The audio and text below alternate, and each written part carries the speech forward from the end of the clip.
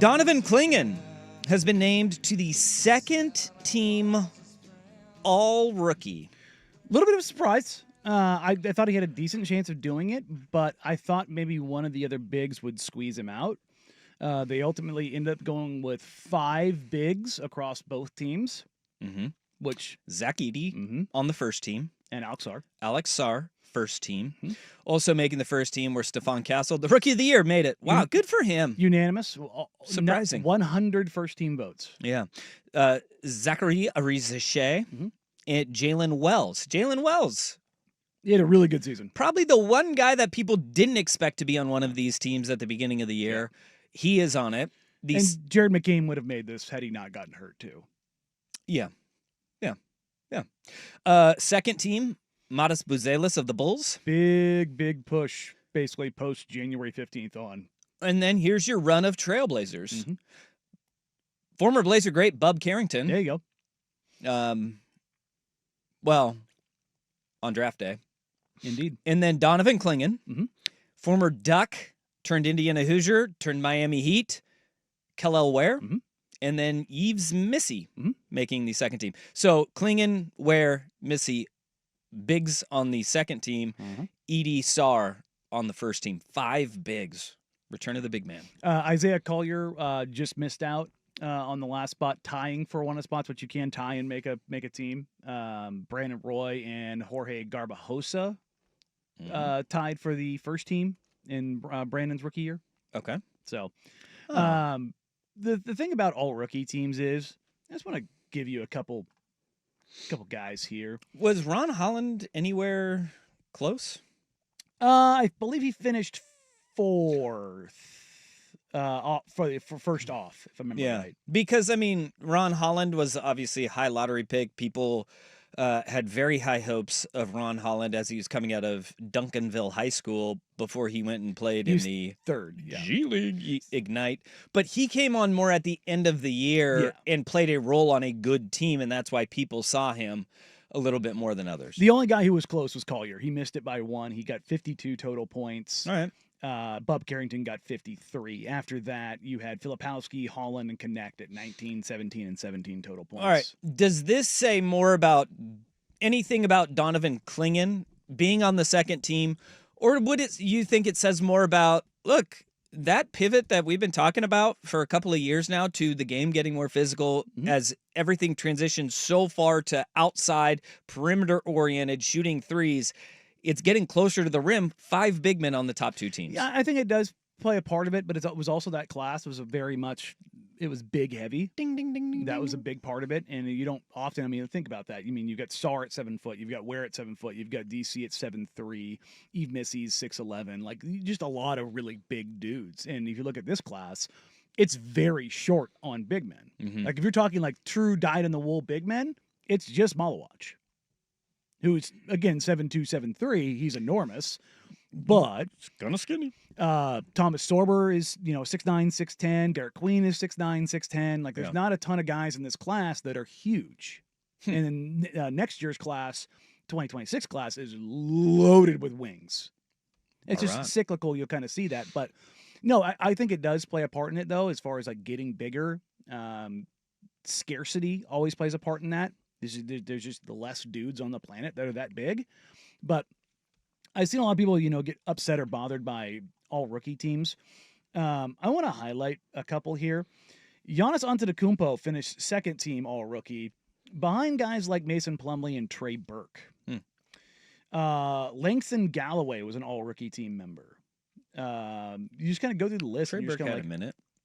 So did Blazer great Mason Plumlee. Yogi Ferrell was a second team all-rookie player. Jamal Murray and Jaylen Brown also on that second team. I don't think the commissioner is going to like this, Yogi. Yeah, there you go. Landry Shamet was Was that Coach K, or was that... A little Coach K, a little boo-boo. Yeah. I thought you were going Coach K at They blend first. together a little bit, Yeah. I love Duke. I mean, Bones Highland and Chris Duarte were all rookie team members. I mean, you can see some guys that pop up on here pretty regularly, and you're like, Oh, right. Here's the 2011-12 all-rookie team. Kenneth Faried, Kyrie Irving, Ricky Rubio, Klay Thompson. You're like, all right, pretty good. And then tied for first. There's a three-way tie for first, or for the last spot on the all-rookie team. Brandon Knight, Amon Shumpert, and Kawhi Leonard. One of those is not like the others. Yeah. Kawhi Leonard. Yeah, Marshawn Brooks, Kawhi Chandler Leonard was good. Parsons. Amon Shumpert had a moment. He had moments. Amon Shumpert like is a very like serviceable guy. I hate how we talk about guys who aren't all-stars. Like if you have a 10-year career in the NBA, you were in like the 1% group of like you're good. You're good. And these are all first-team guys, right? Yes. If there are 5 stars in a draft class, that's more impressive than anything else. Like that draft class that you just said, the fact that there are 4 of them that you're like, damn. Well, dude, 2017-18. Donovan Mitchell, Ben Simmons, Jason Tatum, Kyle Kuzma, Lauri Markkanen. Yeah, that's your good one. first team. Hell, here's your first team from the next year. All right. Luka, Trey, DeAndre Ayton, Jaren Jackson, then Marvin Bagley. Your second team, Ooh, Marvin. SGA, Colin Sexton, Landry Shamet, Mitchell Robinson, Kevin Huerter. Oh. Yikes. I mean, there's hit and miss. Draft classes matter, man. Yeah, I mean, but it's littered with really good players. And the whole like some first or second team, like 2019-20. Ja, Kendrick Nunn, Brandon Clark, Zion, Eric Paschal. Then you've got second team, Tyler Herro, Terrence Davis, Kobe White, PJ Washington, Rui Hachimura. Like you will find guys that pop up on first teams. You're like, And you find a guy on the second team. You're like, that guy ended up being pretty damn good, or they completely fall off a cliff. This seems like it's a good nod for Donovan Clingan, and I think that one thing that people saw out of him there were flashes of it being there. Conditioning was a problem throughout the entire rookie season for Donovan Clingan. Yeah, it really wasn't until late January, that he really started. I mean, obviously the MCL was a prohibitive factor in that, but I mean, DC was very open about it in his exit interview. He said, "I finally got myself in shape." He didn't say, "Oh, the coach didn't play me," or this, that, or the other. He just like what. It was so funny because so many Blazers fans are like, "Why isn't he playing more? It's this, it's that." It's like, no, Donovan wasn't in shape. You could hear it from his teammates. You could hear it from his coaches. You could hear it from the front office. You could hear it from Donovan. They all said the same thing. And once he got in shape, he got more minutes. Well, also at the beginning of the year, too, there was the logjam of guys that they wanted to play and see with DeAndre Ayton, and then also Robert Williams, and then Donovan Clingan. And DC just wasn't capable of playing more than 18, 20 minutes. All right. That was it. And then, injuries happened, and Donovan Clingan had to play and did play. Yeah. Oh, I mean, he got down to about I think he told me 285 or 287. I can't remember what it was. But he was over 3 bills for a little bit. Well, he's 7'3". Yeah, he's a massive human. I would say that that's okay. And he's not built like, Jared Allen. He's not just, cut from stone. Yeah. And that'll be interesting to see what he does with his body over the years. Like, does he find a way to really not lean out, but get a little more muscle on his frame, see how much more impactful he can be.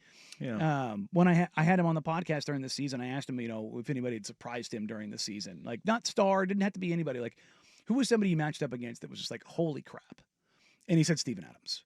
Well, I would say everybody should say that. That should be an evergreen statement. Well, he's the strongest guy in the league. And he goes, I've never played somebody that I couldn't move around. And he goes, no matter what I did, I couldn't move him around. And I could kind of see the wheels spinning in his head of like, I need to get to that level. Like like if you're a big in the NBA, you need to be a guy that cannot be moved. Well, I mean, steroids Donovan Clingan will be very exciting. I'm all about it. Let's get him on all of the exchange. Yeah. All right. Well, good job. No, you like to see this. It was going to be it felt like it was going to be a close call a couple weeks ago. And I was interested to see how this ended up shaking up, because you could have seen Collier get that spot and maybe bump one of the other bigs out, but they ended up giving it to Clingan and going with 5 bigs. So good for him. All right. One little note: the Blazers tweeted out earlier he had the 3rd best rookie rebound percentage and 6th best rookie block percentage in league history. Yeah. That's what I look for. Yeah. Led the NBA with 5.9 offensive rebounds per 36 minutes. Yeah, See? Mark Eaton 2.0. That's what I look for. Everybody knows that. Yeah. Rebounding and block percentage, Jeff. Yeah. Well, for a center who's 7'2", 7'3", Yeah. those are kind of key. No, that's what he hangs his hat on. That's what I look for.